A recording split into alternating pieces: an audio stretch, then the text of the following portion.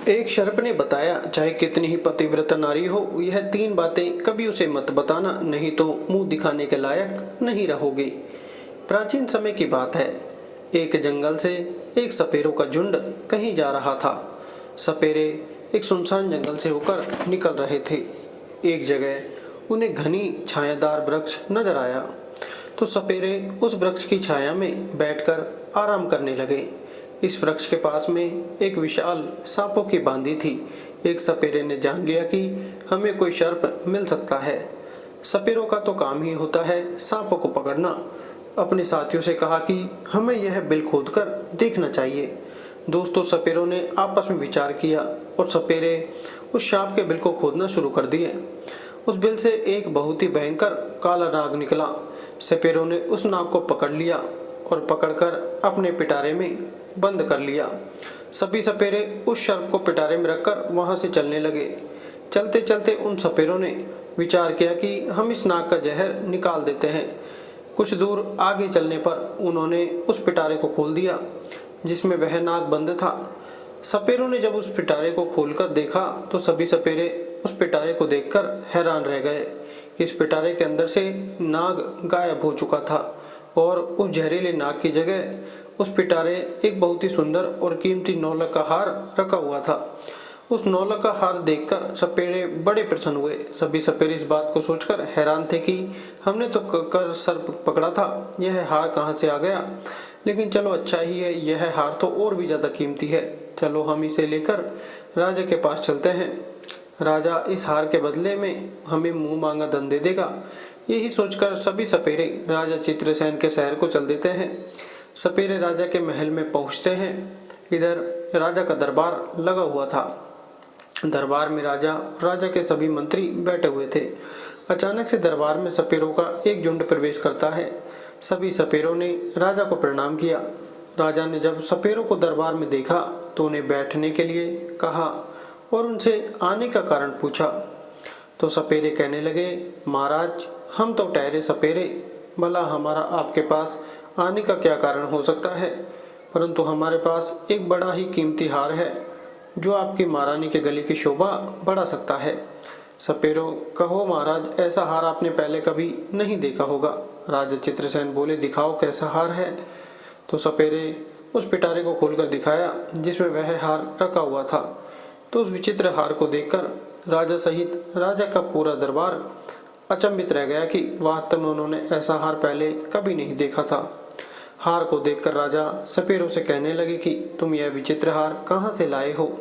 सपेरे कहने लगे, महाराज, हमें यह मार्ग में मिला था। हमने सोचा कि क्यों ना इस हार को राजा साहब को भेंट कर दिया जाए।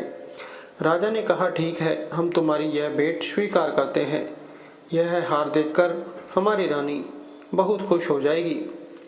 इधर राजा ने अपने मंत्री को आदेश दिया कि सपेरों उचित इनाम देकर और सम्मान पूर्वक इन सपेरों को दरबार से विदा किया जाए। सपेरे खूब सारा धन लेकर दरबार से विदा हुआ और राजा ने वो हार टोकरी सहित अपने पास रख लिया। पूरे दिन राजा राज दरबार में बैठे रहे, अपना राज कार्य करते रहे। धीरे धीरे जब शाम होती तो दरबार को समाप्त करके राजा वह हार वाली टोकरी अपने साथ लेकर महलों को जाता है। राजा अपने महल में पहुंचते हैं और महारानी से कहते हैं कि देखो, आज तो मैं तुम्हारे लिए बहुत ही सुंदर उपहार लेकर आया हूँ, जिसे तुम देखोगी तो बहुत खुश हो जाओगी। रानी कहने लगी, महाराज, ऐसा क्या लाए हो तुम मेरे लिए। इतना कहकर राजा ने वह टोकरी रानी की ओर खिसका दी और कहा कि नहीं मानती हो तो स्वयं देख लो। दोस्तों, रानी ने जैसे ही उस पिटारे को खोलकर देखा तो उसमें एक बहुत सुंदर तेजस्वी छोटा सा बालक लेटा हुआ है। उस बालक के चेहरे पर अलौकिक दिव्य चमक रहा था। बालक इतना सुंदर था कि रानी उस बालक को देखते ही रह गई। कहने लगी, महाराज, इसमें तो बड़ा ही सुंदर बालक लेटा हुआ है। रानी ने जब कहा कि बालक लेटा है तो राजा कहने लगे, नहीं रानी, बालक नहीं, इसमें तो नौलख का हार था। यह बालक कैसे बन गया। राजा को जब रानी की बात पर भरोसा नहीं हुआ तो राजा ने वह टोकरी लेकर स्वयं देखा तो वास्तव में राजा के आश्चर्य का ठिकाना नहीं रहा। बालक को देखकर राजा और भी ज्यादा प्रसन्न हो जाता है, क्योंकि दोस्तों राजा को पहले से कोई संतान नहीं थी। राजा और रानी हर समय संतान के बारे में सोचकर दुखी रहा करते थे। अब तो राजा और रानी दोनों ने विचार किया कि यह पुत्र हमें भगवान ने प्रदान किया है और आज से हम दोनों इसे अपना पुत्र मानकर ही इसका लालन पालन करेंगे। और यह बात किसी को पता भी नहीं थी कि राजा ने जो हार खरीदा है वह बालक बन गया है। लेकिन राजा की कुछ दासियां वहां उनका वार्तालाप सुन रही थी। रानी ने पूछा कि बालक तुम्हें किसने दिया है? तो राजा ने बताया कि आज दरबार में सपेरों का एक झुंड आया था। उन्होंने ही हमें एक पिटारे में रखकर 9 लाख का हार भेंट किया था, परंतु ईश्वर की कृपा से दरबार से महलों को आते आते यह हार से सुंदर पुत्र बन गया। आज से यह बालक हमारा पुत्र है और आगे चलकर यही हमारी राजगद्दी का मालिक होगा। उसी दिन से राजा और रानी उस बालक को अपने पुत्र की तरह पालने लगते हैं। एक दिन राजा ने अपने दरबार में यह घोषणा कर दी कि हमारी रानी के गर्भ से एक सुंदर पुत्र ने जन्म लिया है। यह सुनकर राजा की प्रजा ने बड़ी खुशी मनाई। संपूर्ण नगर में उत्सव मनाया गया। राजा और रानी बड़े प्रसन्न थे और बड़ी ही प्रसन्नता पूर्वक उस बालक का लालन पालन हो रहा था। धीरे धीरे वह लड़का बड़ा हो रहा था और जैसे जैसे समय गुजरता गया वह लड़का जवान होता चला गया। अब समय आया जब वह लड़का शादी के योग्य हुआ तो महाराज के मन में विचार आया कि अब मेरे पुत्र का विवाह कर दिया जाए। एक दिन राजा ने अपनी महारानी से कहा कि अब हमारा पुत्र विवाह के योग्य हो गया है और अब इसका सुंदर कन्या से विवाह कर देना चाहिए। राजा का यह प्रस्ताव रानी को भी बहुत पसंद आया। रानी बोली, महाराज शुभ काम में देरी कैसी, जितनी जल्दी हो सके आप मेरे पुत्र का विवाह कर दीजिए। दोस्तों, राजा चित्रसेन के राज्य से लगा हुआ एक दूसरा राज्य था। उस राज्य के राजा का नाम था जयंत। उस राजा की एक बड़ी सुंदर कन्या थी, नाम था वैजंती। उस राजा की कन्या वैजंती को राजा ने अपने आचार्य से उस लड़के को समस्त विद्याओं का ज्ञान कराया था, इसलिए वह कन्या 16 विद्याओं में निपुण थी। राजा भी विचार करने लगे कि अब मुझे अपनी पुत्री का विवाह कर देना चाहिए। राजा ने अपने दरबार में पुरोहित को बुलवाया और टीका की सामग्री देकर पुरोहित को अपनी पुत्री वैजयंती के लिए योग्य वर ढूंढने के लिए भेज दिया। राजा ने पुरोहित से कहा कि जाओ और हमारी पुत्री के योग्य किसी राजकुमार को टीका करके आना। पुरोहित जी राजकुमारी के टीका की सामग्री लेकर दूसरे राज्यों के लिए निकल पड़ते हैं और कई राज्यों में घूमने लगे, लेकिन उन्हें उस पुत्री के समान तेजस्वी सुंदर राजकुमार नहीं मिला। घूमते घूमते परेशान हो गए। अंत में चलते चलते राजा चित्रसेन की नगरी में पहुंच जाते हैं। राजा चित्रसेन का दरबार लगा हुआ था। अचानक से पुरोहित को दरबार में आगमन होता है। राजा चित्रसेन देखते ही समझ जाते हैं कि यह कोई ब्राह्मण है जो किसी राजा की कन्या का रिश्ता लेकर यहाँ आए हैं। राजा पुरोहित से पूछते हैं कि आप लोग कौन हैं और कहाँ से आए हैं। पुरोहित बोला, महाराज मैं राजा जयंत का पुरोहित हूँ और उनकी कन्या वैजयंती का टीका लेकर आए हैं। हमारे राजा की कन्या राजकुमारी वैजयंती बड़ी ही रूपवान और 16 विद्याओं में पारंगत है। हमने सुना है कि आपका राजकुमार भी विवाह के योग्य है। तब राजा चित्रसेन कहते हैं कि हमारा एक पुत्र है और हमारा पुत्र बहुत ही सुंदर और योग्य है। लेकिन राजा चित्रसेन को यह ज्ञात नहीं था कि उनका जो पुत्र है वह एक नाग है। राजा ने अपने पुत्र को जब पुरोहित को दिखाया तो पुरोहित राजकुमार को देखते ही प्रसन्न हो गए और उनको राजकुमार पसंद आ गया और वे राजकुमारी वैजयंती का विवाह पक्का करके अपने राज्य को लौट जाते हैं। धीरे धीरे समय गुजरा। कुछ दिनों के बाद जब विवाह का उचित समय आया तो राजा चित्रसेन अपने पुत्र को सजाकर दूल्हा बनाकर राजा जयंत के यहाँ बारात लेकर पहुँचते हैं। वहाँ पहुँचते ही राजा जयंत उनका खूब अच्छे से स्वागत सत्कार करते हैं और अपनी पुत्री का विवाह राजकुमार के साथ कर देते हैं। इस प्रकार अपने पुत्र का विवाह करके राजा चित्रसेन वापस अपनी राजधानी को लौट आते हैं। अब धीरे धीरे और समय बीता। एक दिन रानी ने राजा से कहा, महाराज अब हमें राज्य की बागडोर हमारे पुत्र के हाथों में सौंप देनी चाहिए, जिससे पुत्र को भी राज्य चलाने का अनुभव प्राप्त हो। उसी दिन महाराज चित्रसेन ने अपने पुत्र को युवराज घोषित कर दिया। अब तो राजा चित्रसेन निश्चित होकर के रहने लगे। राजकुमार बड़े अच्छे ढंग से राज्य का संचालन करने लगे। दोस्तों, एक दिन की बात है, राजकुमारी वैजयंती अपनी दासियों से बातचीत कर रही थी। राजकुमारी की दासी राजकुमारी कह रही थी कि महारानी, मैं आपसे एक बात कहूँ, तुम्हारा यह पति राजकुमार जो है, इनको तुम पूछना कि तुम्हारे माता पिता कौन हैं। दासी की बात सुनकर वैजयंती को बड़ा आश्चर्य हुआ। वैजयंती कहने लगी कि यह तुम क्या कह रही हो? क्या हमारे पति राजकुमार महाराज चित्रसेन के पुत्र नहीं हैं? तब दासी कहती है, नहीं राजकुमारी, तुम बड़ी भूल कर रही हो, यह उनका पुत्र नहीं है। मैं इतना तो नहीं जानती कि राजकुमार के वास्तविक माता पिता कौन हैं, पर इतना जानती हूँ कि राजकुमार महाराज चित्रसेन के पुत्र नहीं हैं। आप स्वयं अपने पति से पूछ लेना। अब तो राजकुमारी वैजयंती के में भी अपने पति को लेकर उत्पन्न होने लगी, शंका उत्पन्न होने लगी। राजकुमारी मन में सोचने लगी कि आज शाम को जब राजकुमार महल में आएंगे तो मैं उनसे यह बात अवश्य पूछूंगी। राजकुमार जब शाम को महल में आते हैं तो राजकुमार की पत्नी वैजयंती राजकुमार से कहती है कि महाराज, मैं आपसे एक प्रश्न पूछना चाहती हूँ। राजकुमार कहते हैं, पूछो रानी, क्या पूछना चाहती हो? तब राजकुमारी पूछती है कि मुझे यह बताइए कि तुम्हारे पिता कौन हैं और तुम किस वंश के हो। यह बात सुनकर के राजकुमार कहने लगा, रानी, क्या तुम्हारी मति मारी गई है? महाराज चित्रसेन और महारानी मेरे माता पिता हैं। तब वैजयंती बोली कि नहीं महाराज, आप मुझसे कुछ छुपा रहे हैं, कृपया सच सच बताइए। तुम्हें माँ गंगा की कसम है, तुम मुझे यह भेद जरूर बताओ। अब तो यह बात सुनकर के राजकुमार बड़े धर्म संकट में फंस जाते हैं।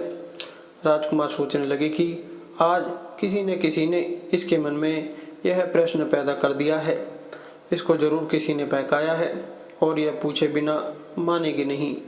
दोस्तों, राजकुमार ने अपनी पत्नी को बहुत समझाया कि देखो, मैं महाराज का ही पुत्र हूँ, तुम क्यों व्यर्थ में मेरा दिमाग खराब कर रही हो। अब तो राजकुमारी हट कर गई कि अब तो तुम्हें मुझे बताना ही पड़ेगा कि तुम किस वंश के हो, तुम्हारे माता पिता कौन हैं। अब तो राजकुमार सोचने लगता है कि मुझे इसको बताना ही पड़ेगा, यह पूछे बिना नहीं मानेगी। राजकुमार बार बार अपनी पत्नी से कहता है कि मान जाओ, अभी भी समय है, तुम मुझसे यह बात मत पूछो वरना बहुत पछताओगी। लेकिन राजकुमारी तो मानो जिद ही कर बैठी थी, कहने लगी, नहीं बताओगे तो मैं भोजन ग्रहण नहीं करूंगी, मैं समझूंगी कि तुम मुझसे झूठा प्रेम करते हो। यह बात सुनकर के राजा का पुत्र कहने लगा कि ठीक है, नहीं मानती हो तो ठीक है, मैं तुम्हें यह बात बताऊंगा, पर यहाँ नहीं। हम कल महलों से बाहर वन विहार के लिए चलेंगे और वहाँ चलकर मैं तुम्हें सब कुछ बता दूंगा। अब तो रथ सजाया, उसमें राजकुमार और राजा की पत्नी वैजयंती दोनों बैठ जाते हैं और वन विहार करने का बहाना करके दोनों महलों से निकल जाते हैं और एक नदी के किनारे आ जाते हैं। नदी को देखकर राजकुमारी वैजयंती कहने लगी, महाराज, आप मुझे इस नदी के पास क्यों लेकर आए हैं? क्या इस नदी से तुम्हारा कोई संबंध है? तब राजकुमार कहता है, मैं फिर तुमसे कहता हूँ कि मान जाओ और मुझसे मेरे वंश के बारे में मत पूछो, वरना तुम्हें बहुत पछताना पड़ेगा। मगर दोस्तों, किसी ने सच कहा है, राजहट, बालहट और तिरियाहट यह बड़े बुरे हट होते हैं। राजकुमार के समझाने पर भी राजकुमारी नहीं मानी और कहने लगी, नहीं महाराज, मुझे यह जरूर बताओ कि तुम्हारे माता पिता कौन हैं और तुम किस वंश के हो। राजकुमारी वैजयंती जब नहीं मानती है तो राजकुमार उस नदी में नीचे उतर जाता है और कमर तक के जल में जब वह पहुंच जाता है तो कहने लगता है कि रानी, अभी भी समय है, तुम मुझसे यह बात मत पूछो, अभी कुछ बिगड़ा नहीं है। लेकिन राजकुमारी कहने लगी, चाहे कुछ भी हो जाए, लेकिन मैं यह बात पूछकर ही मानूंगी। इस प्रकार राजकुमार नदी के और गहरे जल में उतर जाता है। जब छाती तक जल में पहुंच जाता है तो राजकुमार फिर रानी को समझाकर बोला कि रानी, मान जाओ, आपका पूछना मुझे आपसे दूर कर सकता है। राजकुमारी बोली, चाहे कुछ हो जाए, आप इस भेद को मेरे सामने जरूर रखोगे। जब राजकुमार और आगे बढ़ा और जब अपने मुख के बराबर जल में आया तो कहने लगा, रानी, अभी तेरे पास समय है, यह जानने की कोशिश मत करो कि मैं कौन हूँ। परंतु रानी नहीं मानी। दोस्तों, फिर क्या होता है, राजकुमार ने अपना असली नाग का रूप धारण कर दिया और नदी के जल के ऊपर अपना फन दिखाने लगा। अपना फन दिखाने के बाद वह नदी के अंदर समा गया और फिर निकलकर बाहर नहीं आया। राजकुमारी वैजयंती ने राजकुमार को खोजने की बहुत कोशिश की, मगर राजकुमार का कहीं पता नहीं चला। अब काफ़ी देर हो गई और राजकुमार नहीं लौटा तो राजकुमारी वैजयंती घबरा गई, क्योंकि अब उसका पति नाग बनकर कहीं चला गया था। वैजयंती ने वहाँ उसे खोजने की बहुत कोशिश की, बहुत प्रतीक्षा की, लेकिन वह नहीं मिला। अब तो वैजयंती अपने रथ को लेकर के अपने सारथी से कहती है कि चलो, महलों को चलो और महाराज को सूचित करो कि उनके पुत्र नदी में डूब गए हैं। सारथी ने जाकर महाराज चित्रसेन को यह खबर दी कि महाराज, आपके पुत्र राजकुमार नदी में विलुप्त हो गए हैं। यह सब सुनकर राजा को बड़ा दुख होता है। राजा अपने सैनिकों को आदेश देते हैं कि जाओ, नदी के जल को खंगालो और राजकुमार की लाश को तलाश करो। राजा के सैनिक रानी वैजयंती, महाराज और महारानी के साथ उस नदी पर पहुंचते हैं। नदी में जगह जगह जाल डलवाए गए, लेकिन कोई सफलता नहीं मिली। नदी में कई गोताखोर राजकुमार की लाश की तलाश की, मगर कुछ हाथ नहीं लगा। अब तो उदास होकर के राजा और रानी और राजकुमारी वैजयंती वापस अपने महलों को लौट आते हैं। राजा चित्रसेन तो वृद्ध हो चुके थे और अब पुत्र का दुख उनके ऊपर और आ गया था। राजा के मन में तो यही था कि नदी में डूब करके उनका पुत्र मर गया है। महारानी वैजयंती भी बड़ी दुखी रहने लगी और मन में अपने आप को कोसने लगी कि मैंने बहुत बुरा किया, मेरे ही कर्मों के कारण आज मेरा पति मुझसे दूर चला गया। यदि मैं उनसे उनके वंश के बारे में पूछने की जिद ना करती तो शायद मेरा पति मुझसे दूर नहीं होता। लेकिन राजकुमारी वैजयंती बड़ी विद्वान थी, 16 विद्याओं में निपुण थी। काफ़ी सोच विचार के बाद उसे एक तरकीब सूझती है। राजकुमार ने अपने संपूर्ण नगर में यह घोषणा करवा दी कि कोई भी व्यक्ति उसे कोई नई बात सुनाएगा तो उसके बदले में उनको उचित इनाम दिया जाएगा, चाहे कोई आप बीती हो या फिर प्राचीन घटना से संबंधित हो, कोई भी कहानी हो या कथा हो, जो कोई सुनाए उसको उचित इनाम दिया जाएगा। दोस्तों, अब तो रानी वैजयंती रोज कथा सुनती। रानी वैजयंती के पास कथा सुनाने वालों की भीड़ लगी रहती थी। कोई रामायण की कथा सुना रहा है, कोई किसी राजा का इतिहास सुनाता। अब तो राजकुमारी वैजयंती का यही काम था। वह सुबह से लेकर शाम तक नई नई कहानियों को सुनती रहती थी। दोस्तों, इस प्रकार कुछ समय निकला। एक दिन क्या हुआ, उसी राज्य का एक बूढ़ा आदमी पास के ही एक जंगल से गुजर रहा था। उस बूढ़े आदमी को उस जंगल को पार करते करते जंगल में ही रात्रि हो गई। जब रात्रि हो गई तो वह मन में सोचने लगा कि अब रात में आगे जाना ठीक नहीं है, क्योंकि जंगल में आगे हिंसक पशु भी मिल सकते हैं।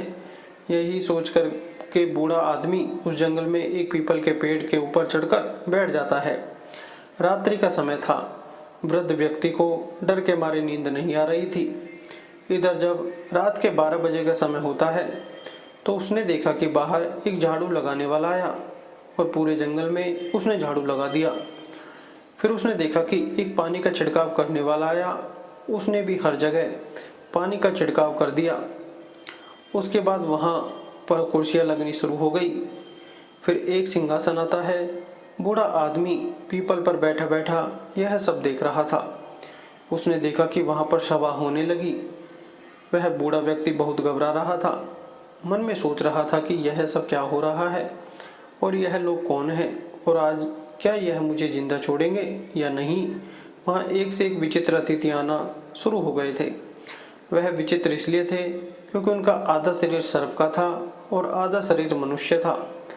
दिव्य शरीर वाले नाग देखने में बड़े भयंकर लग रहे थे। उनका दरबार वहाँ सज रहा था और जब सभी लोग वहाँ आ गए तो वहाँ 2 सिंहासन थे और उन दोनों सिंहासनों पर कुछ देर बाद नागों के राजा और उनके पुत्र युवराज दोनों वहाँ आकर बैठ जाते हैं। संपूर्ण दरबार ने उनका बड़ा स्वागत किया। उनके बीच चर्चा होनी थी। वह चर्चाएं हो रही थी कि और जो राजकुमार था उस नागराज का पुत्र था, चुपचाप नीचे गर्दन किए हुए बैठा था।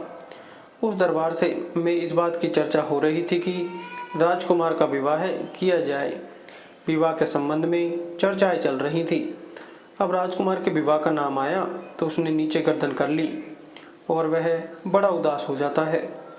कुछ समय तक उनकी चर्चाएं चलती रही और इधर वह वृद्ध आदमी उस पीपल के पेड़ पर बैठा हुआ उनकी सभी बातों को सुन रहा था और वह मन ही मन सोचने लगा कि यहाँ किस बात की चर्चा हो रही है और यह कौन लोग हैं।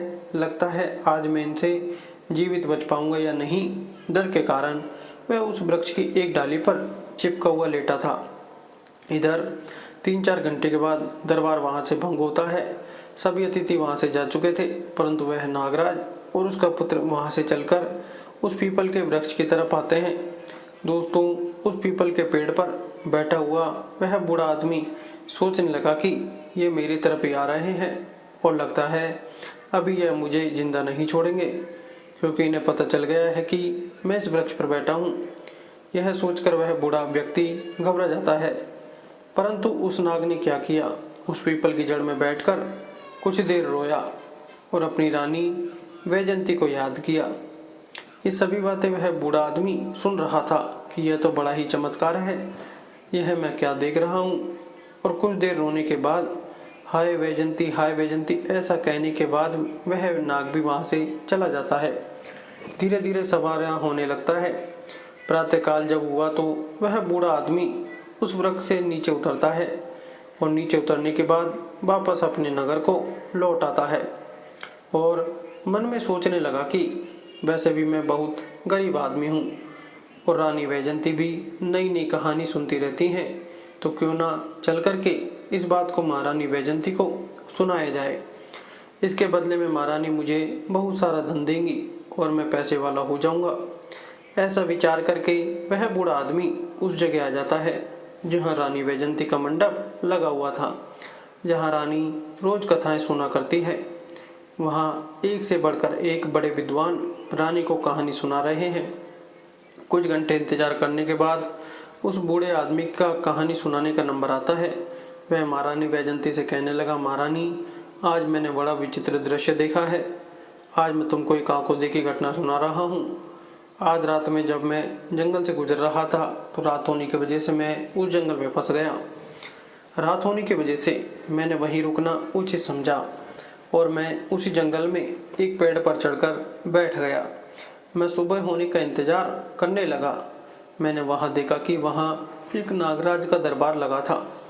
उन सब का आधा शरीर मनुष्य का था और आधा शरीर नाग का। ऐसे विचित्र प्राणी उस दरबार में आए थे कि मैं उन्हें देखता ही रह गया। कुछ देर देखने के बाद मैंने विचार किया कि यह लोग मुझे मारेंगे तो नहीं, परंतु मैं उस पीपल के वृक्ष पर चिपका हुआ उनकी बातें सुनता रहा। जब दरबार समाप्त हुआ तो वहां से एक नागों के राजा का पुत्र एक दिव्य रथ में बैठकर जिस पीपल के वृक्ष पर मैं बैठा था उसी वृक्ष की ओर आया। वह उस रथ से उतरा और पीपल के वृक्ष के नीचे बैठकर कुछ देर हाय वैजयंती कहकर रोता रहा। उसके बाद वह वहीं से अदृश्य हो गया। यह बात जब राजकुमारी वैजयंती ने सुनी तो उस बूढ़े आदमी से कहने लगी कि बाबा, मैं तुम्हें इतना धन दूंगी कि तुम्हारी कई पीढ़ियां बैठी खा सकती हैं, परंतु तुम मुझे उस स्थान पर लेकर चलो जहां तुमने उस राजकुमार को रोते हुए देखा था। यह सुनकर बूढ़ा आदमी घबरा जाता है। कहता है, राजकुमारी अब मैं वहां नहीं जाऊंगा, वहां जाने से मुझे बहुत डर लग रहा है।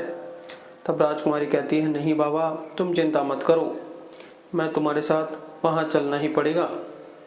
इतना कहकर रानी वैजयंती ने एक सोने की मोहरों से भरी हुई थैली उस बूढ़े आदमी को दे दी और कहा कि मैं तुम्हें और भी सोने की मोहरें दूंगी, तुम मुझे उस स्थान पर पहुंचा दो। बूढ़ा आदमी रानी दोबारा दी गई सोने की मोहरों को देखकर खुश हो जाता है और वह राजकुमारी वैजयंती को लेकर उस जंगल की तरफ चल देता है। उसी स्थान पर जाकर बूढ़े आदमी ने बताया, राजकुमारी, मैंने इस पीपल के वृक्ष के ऊपर बैठ करके सब कुछ देखा है। राजकुमारी बोली, तो बाबा मैं भी आज उन्हें अपनी आंखों से देखना चाहती हूँ। इस प्रकार वह बूढ़ा आदमी और रानी वैजयंती उस वृक्ष के ऊपर चढ़कर बैठ जाते हैं और वो इंतजार करते हैं उस दरबार का। दोस्तों, इंतजार करते करते पूरी रात निकल जाती है, लेकिन वहाँ पर कोई नहीं आता है। उस दिन ना तो कोई दरबार सजता है, ना कोई नाग आता है। अब तो वैजयंती उस वृद्ध व्यक्ति पर क्रोधित हो जाती है और कहती है, बाबा तुमने झूठ बोला है और इसके लिए मैं तुम्हें कड़ी से कड़ी सजा दे सकती हूँ। वह बूढ़ा आदमी कहने लगा, नहीं महारानी, मैंने कोई झूठ नहीं बोला है। मैंने जो अपनी आंखों से देखा था वही आपको बताया था। रानी बोली, तो फिर आज क्या हुआ? बूढ़े व्यक्ति ने कहा, यह मैं भी नहीं जानता कि वो लोग आज क्यों नहीं आए। दोस्तों, रानी वैजयंती निराश होकर अपने महल को लौट आती है। इधर वो बूढ़ा आदमी मन ही मन परेशान रहने लगता है कि मैं रानी के सामने झूठा पड़ गया। वह बूढ़ा आदमी सोचने लगता है कि उस दिन कौन सी तिथि थी जिस दिन उस जंगल में दरबार लगा था। उसने ये बात ज्योतिषियों से पूछी। ज्योतिषी ने बताया कि उस दिन पूर्णिमा की तिथि थी। चंद्रमा पूर्ण तरह से उदय हुआ था और ऐसे अवसर पर देवताओं की सभाएं कुछ क्षेत्रों में हुआ करती हैं। हो सकता है तुमने उस सभा को देख लिया हो। अब तो वह बूढ़ा आदमी सोचने लगा कि अगली पूर्णिमा आएगी तब मैं रानी को लेकर वहां जाऊंगा। महारानी ने भी उस बूढ़े आदमी से कह दिया कि यदि तुम मुझे वह दृश्य दिखा दोगे तो मैं तुम्हें बहुत बड़ा इनाम दूंगी। इधर धीरे धीरे समय बीता और जब अगली पूर्णिमा की तिथि आई तो वह बूढ़ा आदमी महल में पहुंचता है और महारानी से कहता है कि महारानी, आज आप मेरे साथ उस जंगल में चलो। आज मैं आपको वह दृश्य दिखाऊंगा। दोस्तों, महारानी वैजयंती और वह बूढ़ा आदमी दोनों जंगल की ओर चल देते हैं। वहां पहुंचकर रानी वैजयंती और वह बूढ़ा आदमी उस पीपल की जड़ में चुप कर बैठ जाते हैं। जब रात्रि के 12 बजने का समय नजदीक आता है तो वहां एक झाड़ू लगाने वाला आता है। उसने झाड़ू लगाया, पानी का छिड़काव करने वाला आया, उसने पानी का छिड़काव किया। फिर थोड़ी देर बाद दरबार सजने लगता है। धीरे धीरे वहां नाग लोग आने लगते हैं। उन नागों का आधा शरीर मनुष्य था, आधा शरीर नाग का था। बूढ़े आदमी ने इशारे से कहा, महारानी, अब आप ध्यान से देख लो, यही सब मैंने उस दिन देखा था। दोस्तों, रानी वैजयंती उस दृश्य को बड़े गौर से देख रही थी और कुछ समय बाद रानी का पति भी आ जाता है जो उस नागराज का पुत्र था। उसका आधा शरीर नाग का था और आधा शरीर मनुष्य का था। महारानी ने उसे देखा तो पहचान गई, कहने लगी, यही तो मेरा पति है। महारानी सोचने लगी, अब मैं इसको कैसे ले सकती हूँ, यह मुझे कैसे प्राप्त हो सकता है। महारानी हिम्मत करके धीरे धीरे उस वृक्ष की कोटर से बाहर निकलने लगी। उधर वह बूढ़ा आदमी डर रहा था तो बूढ़े आदमी ने राजकुमारी से कहा कि राजकुमारी, आप थोड़ी देर प्रतीक्षा कीजिए। 3-4 घंटे तक वह सभा चलती रही। जब सभा समाप्ति का समय हुआ तो सभी नाग वहां से चले गए। राजकुमार भी उस पीपल के पेड़ के पास आकर बैठकर रोने लगा। उसे देखकर रानी वैजयंती डर गई क्योंकि उसका आधा शरीर नाग का था, आधा मनुष्य का था। चेहरा तो उसका राजकुमार का ही था। अपने पति को रोता देखकर राजकुमारी से रुका नहीं गया। राजकुमारी वैजयंती निकलकर उसके पास आ जाती है और उसका हाथ पकड़ लेती है। अचानक से महारानी वैजयंती को सामने खड़ा देखा तो राजकुमार एकदम से घबरा जाता है। कहने लगा, रानी कहने लगी, मैंने तुम्हें खोजने के लिए क्या क्या नहीं किया, परंतु अब मैं तुम्हें कहीं भी जाने नहीं दूंगी।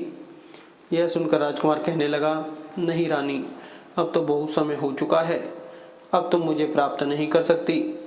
यहाँ जो सभा होती है वह मेरे विवाह को लेकर ही होती है। मेरे पिता इस सभा में मेरे विवाह का प्रस्ताव रख चुके हैं और जब तीसरी सभा होगी तो उस सभा में मेरा विवाह तय हो जाएगा और जब मेरा विवाह तय हो जाएगा तो बताओ मैं तुम्हारे साथ कैसे रह पाऊंगा। मुझे तो अपनी इस पत्नी के साथ रहना पड़ेगा। तुमने तो मुझे त्याग दिया है। मैंने उस दिन तुम्हें बार बार समझाया था कि मुझसे मेरा वंश मत पूछो। राजकुमार की बात सुनकर रानी वैजयंती रोने लगती है और बार बार अपने किए की क्षमा राजकुमार से मांगती है। राजकुमार कहता है, राजकुमारी, रोने का समय नहीं है, मैं तुम्हें एक उपाय बताता हूँ। यदि तुमने वो उपाय कर लिया तो शायद मैं तुम्हें प्राप्त हो जाऊँ। रानी वैजयंती बोली कि तुम मुझे जो उपाय बताओगे मैं वही उपाय करूँगी, लेकिन तुम्हें मेरे साथ रहना होगा। राजकुमार बोला, रानी, अब मेरे जाने का समय हो गया है, मुझे मेरे पिता के दरबार में पहुंचना है, परंतु अगली पूर्णिमा के दिन तुम्हें इसी प्रकार यहाँ आकर के बैठना होगा और जब यहाँ सभा लगने लगे तो ध्यान रखना, तुम चुपचाप महाराज का जो सिंहासन है उसके नीचे जाकर छुप जाना और जब मेरे विवाह की बात चले तो तुम उस सिंहासन से नीचे से निकलकर महाराज के सामने जाकर खड़ी हो जाना। और फिर तुम मुझे महाराज से मांग लेना। अगर महाराज ने कह दिया तो मैं तुम्हें प्राप्त हो जाऊंगा। इतना कहकर वह नाग वहां से अदृश्य हो जाता है। इधर महारानी वैजंती और वह बूढ़ा आदमी अपने नगर को लौट आते हैं। रानी दुखी रहने लगी, पता नहीं मैं राजकुमार को प्राप्त कर पाऊंगी या नहीं।